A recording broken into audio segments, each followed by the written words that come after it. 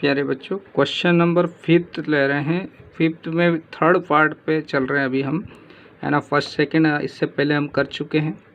देखिए क्वेश्चन में क्या कहा है, फैक्टराइज एक क्यूबिक पॉलिनोमियल दिया है।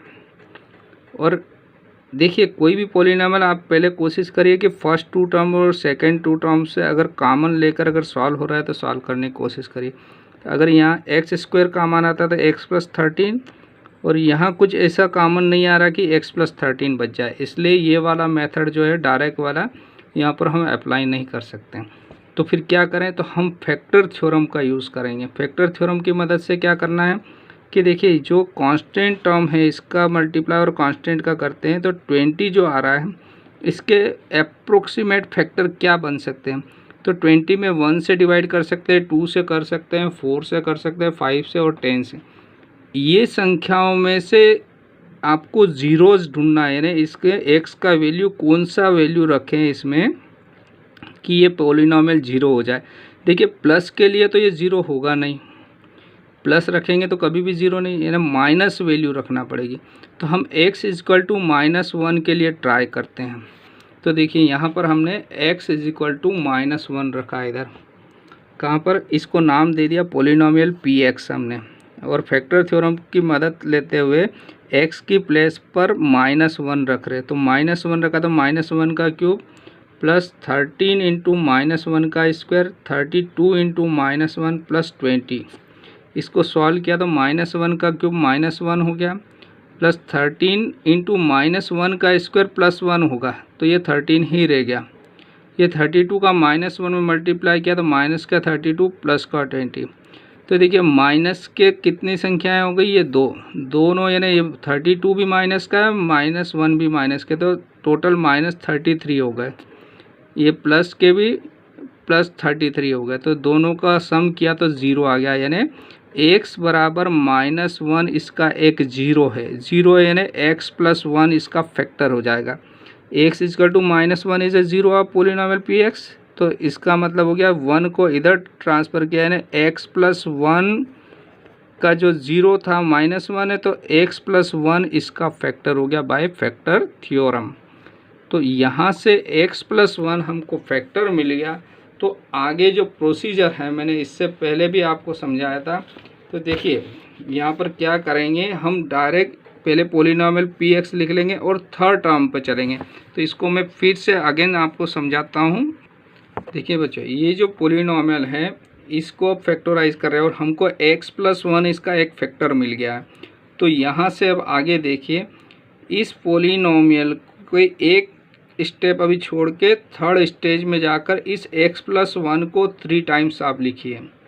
जो भी फैक्टर आए, x-1 आए, x-2 आए, जो भी फैक्टर आप एक फैक्टर थ्योरम से आप निकाल लेते हैं उसको 3 बार आप यहाँ लिखिए। अब यहाँ से क्या करना है, आप इस x+1 यानी इस x में किसका मल्टीप्लाई करें, किस संख्या का या किस वेरिएबल का, कि ये x³ बन जाए। यानी आप इसमें x² का मल्टीप्लाई करेंगे तो ये क्या बन जाएगा, x³ बन जाएगा। तो मल्टीप्लाई करते हैं तो ये हो गया x³ + 1x², यानी इन दोनों की मदद से ये स्टेप आ गई अभी हमारे। अब यहाँ से मैच करना, x³ से x³ मैच हो गया बच्चों, लेकिन ये x² बचा, लेकिन यहाँ पर 13x² है। इसका मतलब यहाँ कितने कम है, यहाँ पर 12x² कम है बच्चों। ये 2 स्टेप किससे आई, इससे आई। अब ये 12x² इस वाली स्टेप से लाना है। तो यहाँ पर किस संख्या का मल्टीप्लाई करें इस x में कि 12x² आ जाए, इसका मतलब प्लस 12x का मल्टीप्लाई करो। 12x का मल्टीप्लाई किया तो 12x² हो गया, प्लस 12x और बचा आपका। अब यहाँ देखिए बच्चों, ये x³ से x³ बन गया, इन दोनों से क्या बना, 13x² बन गया। अब यहाँ 12x है, लेकिन इधर 32x चाहिए, तो इसमें कितने कम हैं, इसमें आपके 20x कम है। कितने कम है आपके पास, 20x। तो ये 20x इसकी मदद से बनाना है। तो यहाँ किस संख्या का मल्टीप्लाई करूँ मैं कि ये 20x हो जाए, यानी आप 20 का मल्टीप्लाई करो। तो ये हो गया 20x प्लस 20। देखिए इन दोनों की मदद से क्या बन गया, ये 32 बन गया, ये इसकी मदद से ये 13x स्क्वायर हो गया, इन दोनों की मदद से 32x हो गया, ये 20 से 20 मिल गया। तो ये वाली संख्या को हमने ऐसा, लेकिन ये डायरेक्ट आपको लिखने में दिक्कत आएगी, तो आपको थर्ड स्टेप पे पहले जाना है, उसके बाद ये लाना है। अब यहाँ से क्या होगा, देखिए x प्लस 1 सब में कॉमन आ रहा है, तो आपने x प्लस 1 कॉमन लिया, तो ब्रैकेट में बच रहा है x square plus 12x plus 20। अब यहाँ से फिर क्या करेंगे, ये 2 फैक्टर आए जबकि हमको 3 फैक्टर चाहिए, इन्हें 3 लीनियर फैक्टर, तो इसके 2 फैक्टर और करना है आपको। तो ये क्वाड्रेटिक पॉलिनॉमियल है, इसको स्प्लिटिंग ऑफ मिडिल टर्म से हम फैक्टराइज कर सकते हैं। तो स्प्लिटिंग ऑफ मिडिल टर्म यानी किसको स्प्लिट करना है, 12 को। 12 को स्प्लिट करने के लिए क्या करना पड़ेगा, इसके एक्स स्क्वायर का कोफिशिएंट और कांस्टेंट का मल्टीप्लाई करेंगे। तो दोनों का मल्टीप्लाई करा तो 20 आया।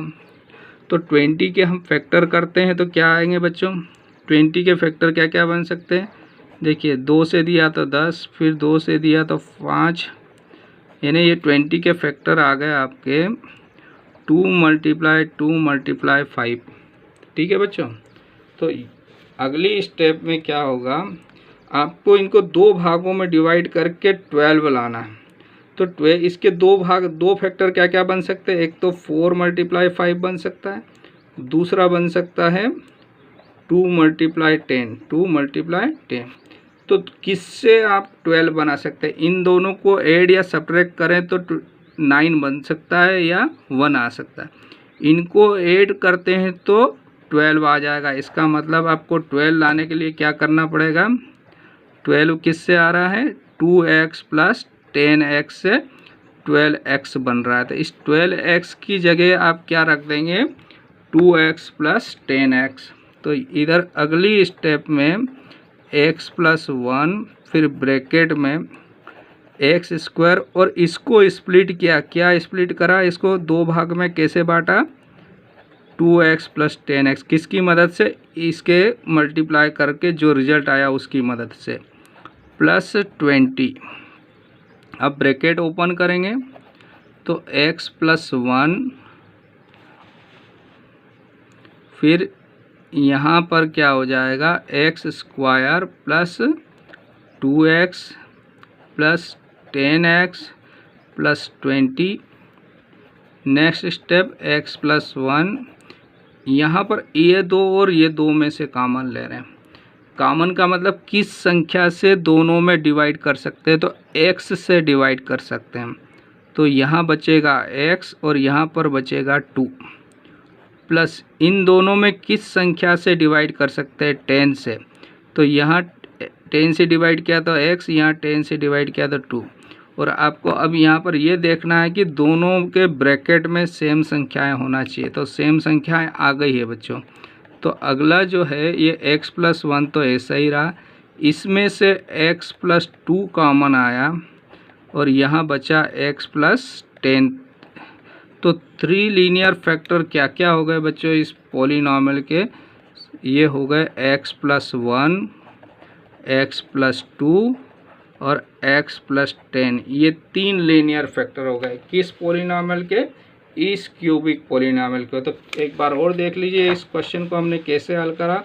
सबसे पहले आपको जो क्वेश्चन दिया है बच्चों, उसको एक जीरो यानी x का ऐसा वैल्यू निकालना है जिसके लिए ये पूरा पॉलिनॉमियल 0 हो जाए, यानी इसका रिमाइंडर 0 हो जाए। तो हमने इस 20 के जो पॉसिबल फैक्टर है वो करते हैं, उनमें से प्लस या माइनस जो भी हमको कन्वीनियंट लगे वो वैल्यू रख के इसका रिमाइंडर 0 लाते हैं।